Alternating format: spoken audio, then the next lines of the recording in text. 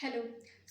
I am Prachi Acharya again have come to discuss about the guidelines and the strategy on paper one. Today we will be discussing upon the various units which is there in your paper one and how to deal with it, what are the topics in paper one and आज का हमारा ये मोटो है कि हम उसमें से जो इम्पोर्टेंट टॉपिक्स है एक बार उसको साइड करके और समझेंगे कि किस तरीके का क्वेश्चन आपके एग्ज़ाम में देखने को मिलता है। तो आप जैसा कि आप जानते हैं थ्रू माय प्रीवियस वीडियो कि हमारा जो है क्रैश कोर्स चल रहा है, पेड ग्रुप चल रहा है टारगेट फॉर आईक्यू पे यूजीसी नेट के बच्चों के लिए।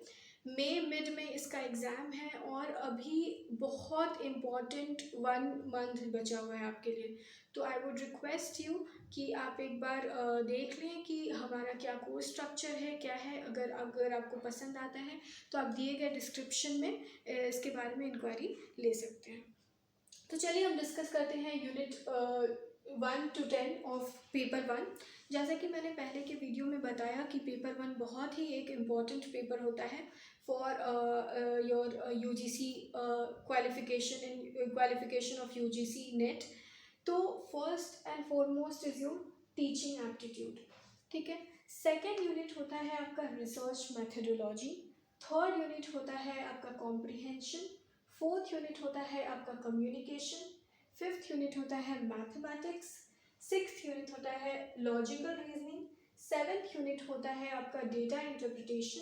एट्थ यूनिट होता है environmental and human rights law. Ninth unit होता है people environment and your tenth unit is this is the tenth unit governance, and this is here I am writing it. Unit 10 is your higher education. Higher education, people environment and governance is your 9th unit, ठीक है। तो आइए हम बात करते हैं कि किस तरीके से यूजीसी नेट में क्वेश्चंस पूछे जाते हैं।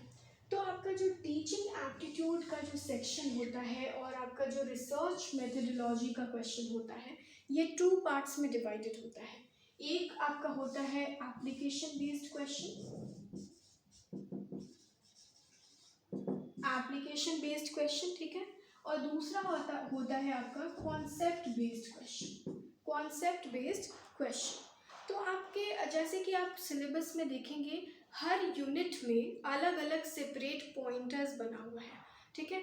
तो उस पॉइंटर्स को बहुत बारीकी से समझने का ज़रूरत है, ठीक है। जैसे कि आपका अगर आप टीचिंग एप्टीट्यूड को ही देखते हो तो उसमें लिखा रहेगा कि characteristics of a good teacher, different characteristics of student, evaluation techniques, levels of teaching। तो evaluation टेक्निक हम सबसे लास्ट में पढ़ते हैं। सबसे पहले हम ये देखते हैं कि ऑब्जेक्ट ऑफ टीचिंग क्या होता है, ठीक है। क्या क्या क्राइटेरिया के स्टूडेंट्स आते हैं, there are different ways in which students also come, उनको डिफरेंट अटेंशन का ज़रूरत होता है, डिफरेंटली एबल्ड स्टूडेंट्स होते हैं, ठीक है। डिफरेंटली एबल्ड स्टूडेंट्स के साथ हमको डिफरेंट वे में बिहेव करना होता है, डिफरेंट अप्रोचेस अपनाना होता है। वह उसी तरीके से आपका online versus offline teaching, what are the pros and cons of having online teaching, ठीक है। जैसे कि आप डिफरेंट लोकेलिटी में हैं, दूर बैठे हुए हैं, मेरे लेक्चर को भी ध्यान से सुन रहे हो, तो ये चीज़ कैसे संभव हुआ, this is due to the online mode of teaching. उसी तरीके से स्वयं प्रभा का जो एप्स है by the government of India, इन सब चीज़ों के बारे में हम लोग को new apps of the government, new education policy से रिलेटेड क्या क्या तरह का योजना है जो कि एजुकेशन ऑनलाइन टीचिंग को प्रमोट करने के लिए आया है, तो ये सब चीज़ों का बारीकी हम लोग को देखना पड़ेगा। तो इसमें जो है ये कॉन्सेप्ट बेस्ड क्वेश्चन में ही हम 2 तरीके से डिवाइड कर सकते हैं। एक तो एप्लीकेशन बेस्ड क्वेश्चन, सेकंड जो कॉन्सेप्ट बेस्ड क्वेश्चन है उसको भी हम 2 तरीके से डिवाइड कर सकते हैं। एक तो होता है बेस्ड ऑन ट्रेडिशनल कॉन्सेप्ट, ठीक है।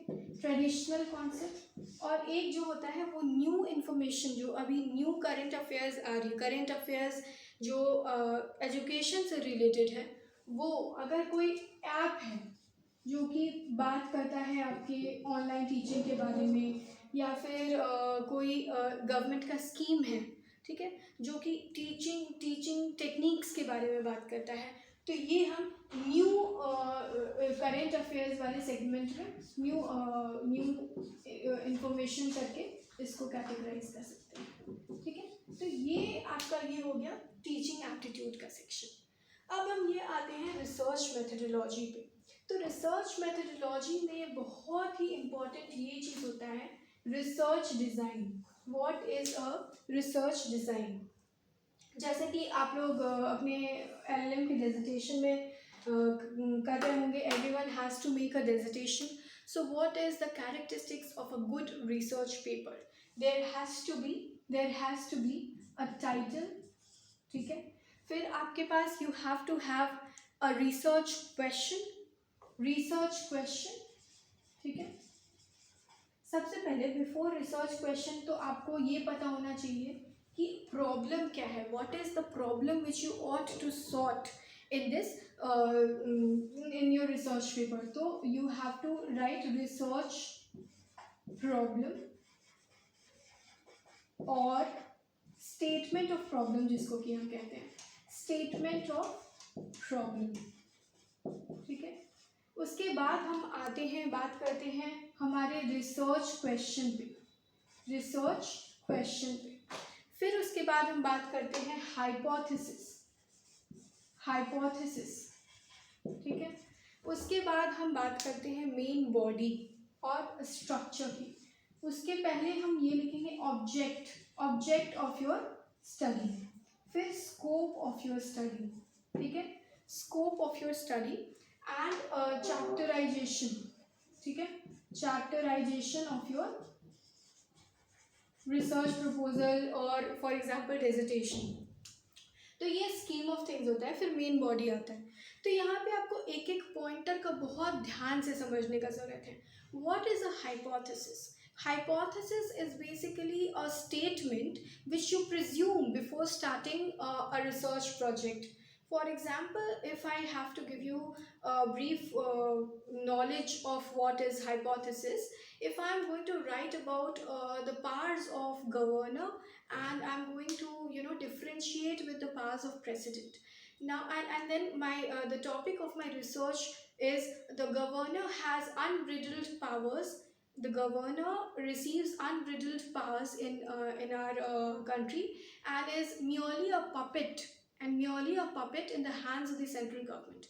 If this is something which I'm going to which I'm going to talk about in my research paper, what would be my hypothesis is something which I presume through my previous knowledge.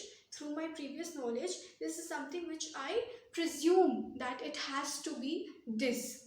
My hypothesis can result into my hypothesis and conclusion can be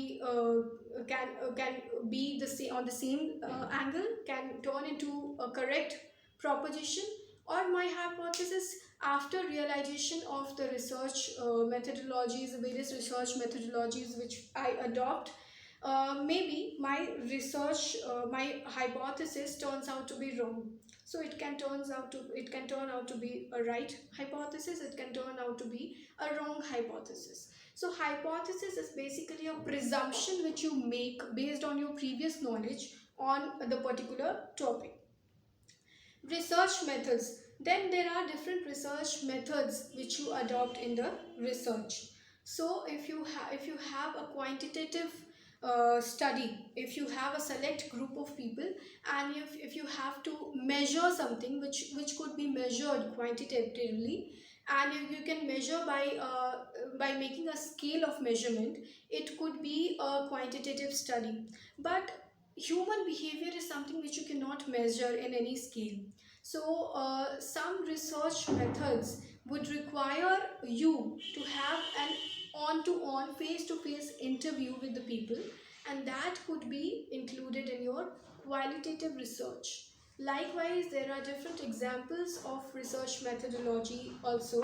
For example, there are historical research, deductive research, inductive research. What is inductive research, and whether inductive research comes under quantitative approach or qualitative approach, ex post facto research, or there are different methodologies which are adopted based on the structure of your research proposal. So this is something which is very very important, and before you analyze which methodologies to adopt, it is very very important that you know your sample. What is the sample on which you want to discuss your topic upon? So these are the things which we will be discussing in research methodologies. Then we come to comprehension.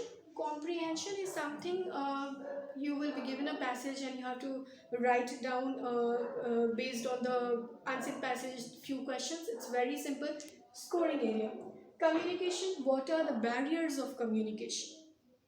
What are the difficulties in for a teacher, so that like I am teaching right now, so what is my limitation? What should be the most effective way of communicating what I want to communicate to you guys?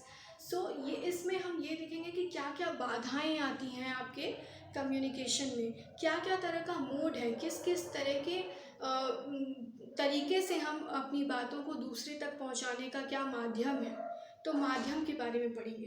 तो इन सब communication भी एक बहुत छोटा सा simple सा topic है, लेकिन इसके लिए effective communication, a good communicator, a good orator का क्या क्या कैरेक्टरिस्टिक्स होता है, ये सब हमको पढ़ने का ज़रूरत है इसमें। उसके बाद हम मैथमेटिक्स में, जैसे कि कल भी मैंने बताया था आपको by way of the video, कि mathematics is not very difficult in UGC NET, because उनका मेन ऑब्जेक्ट ये है कि आपको बेसिक नॉलेज होना चाहिए मैथमेटिक्स का। तो बहुत सेलेक्ट फ्यू एरियाज़ है। एवरेज का क्वेश्चन हर बार ही एग्ज़ाम में आता है, प्रॉफिट लॉस का क्वेश्चन हर बार एग्ज़ाम में आता है, एसआई इंटरेस्ट या कंपाउंड इंटरेस्ट हर बार एग्ज़ाम में यू कैन सी।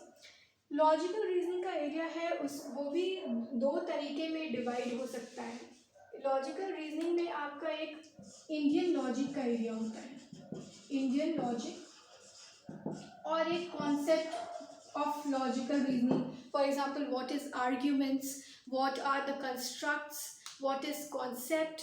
ठीक है, सो इस तरह का कॉन्सेप्ट हम लोग समझेंगे लॉजिकल रीजनिंग में। इंडियन लॉजिक भी एक, जैसे व्हाट इज अनुमान, व्हाट इज प्रतिलोम, ये सब तरह का कॉन्सेप्ट जो होता है, प्रमाण। ठीक है, प्रमाण इज बेसिकली एविडेंस, तो किस किस तरीके का डिडक्शन हम लोग ड्रॉ कर सकते हैं, और इंडियन मतलब मेथड्स में क्या क्या तरीके के डिडक्शंस के तरीके होते थे, उसको हम कंपेयर करेंगे विद द मॉडर्न टेक्निक्स। ठीक है, तो इसमें ये पढ़ना है। डेटा इंटरप्रिटेशन, आपको कोई पाई चार्ट दे देंगे, उससे आपको परसेंटेज निकालने का ज़रूरत है, या इस तरह का क्वेश्चंस डेटा इंटरप्रिटेशन में होता है।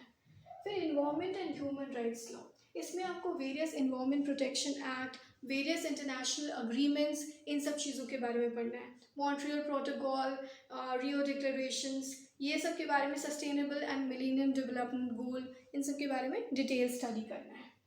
ठीक है, people, environment and governance is quite related to your constitutional law topics. And इसमें क्या होता है कि आपके सराउंडिंग गवर्नेंस क्या है, आपका क्या वे है, थोड़ा कॉन्स्टिट्यूशनल हिस्ट्री पढ़ना होगा, गवर्नेंस का टेक्निक्स क्या क्या है, सेंट्रलाइज्ड गवर्नमेंट है या फेडरल गवर्नमेंट है, people, basically a relation between people, environment and governance of a particular area. फिर हम आते हैं हायर एजुकेशन पे, जो कि हमारा लास्ट यूनिट है। तो हायर एजुकेशन एक बहुत ही डायनेमिक सब्जेक्ट है, एंड हमेशा ही ये बहुत प्रॉब्लम क्रिएट करता है स्टूडेंट्स को, क्योंकि हायर एजुकेशन के एरिया में हमेशा एकदम करंट अफेयर्स के क्वेश्चंस रहते हैं, और ये थोड़ा अनप्रेडिक्टेबल यूनिट है। इसमें से बहुत ऐसे क्वेश्चंस आते हैं जो कि मतलब it could not be predicted by people. तो लेकिन हम लोग जो इम्पोर्टेंट एरियाज है उस पर फोकस करेंगे। ठीक है, तो हायर एजुकेशन में कि क्या क्या university act, university grants act है, ठीक है, यूजीसी एक्ट, उसके इसके बारे में थोड़ा पढ़ लेंगे। उसके बाद फिर कैसे कैसे जैसे यूनिवर्सिटी एक्ट इन 1904 भी आता, तो what are the historical background of University Act and what is the current scenario, what is deemed to be university, what is university per se, whether university comes under your Article 12 definition of state or not. तो इस तरह की चीज़ों को हम लोग को higher education में पढ़ना है, तो हम डिटेल स्टडी करेंगे। आप सब लोगों से रिक्वेस्ट है, if you want to enrol in this crash course, आप दिए गए डिस्क्रिप्शन में जो भी जो नंबर दिया हुआ है आप उसके ऊपर संपर्क कर सकते हैं, बात कर सकते हैं। हम लोगों को हिंदी और इंग्लिश दोनों का पेड ग्रुप चल रहा है, पेपर 1 और पेपर 2 दोनों के लिए, यूजीसी नेट के लिए।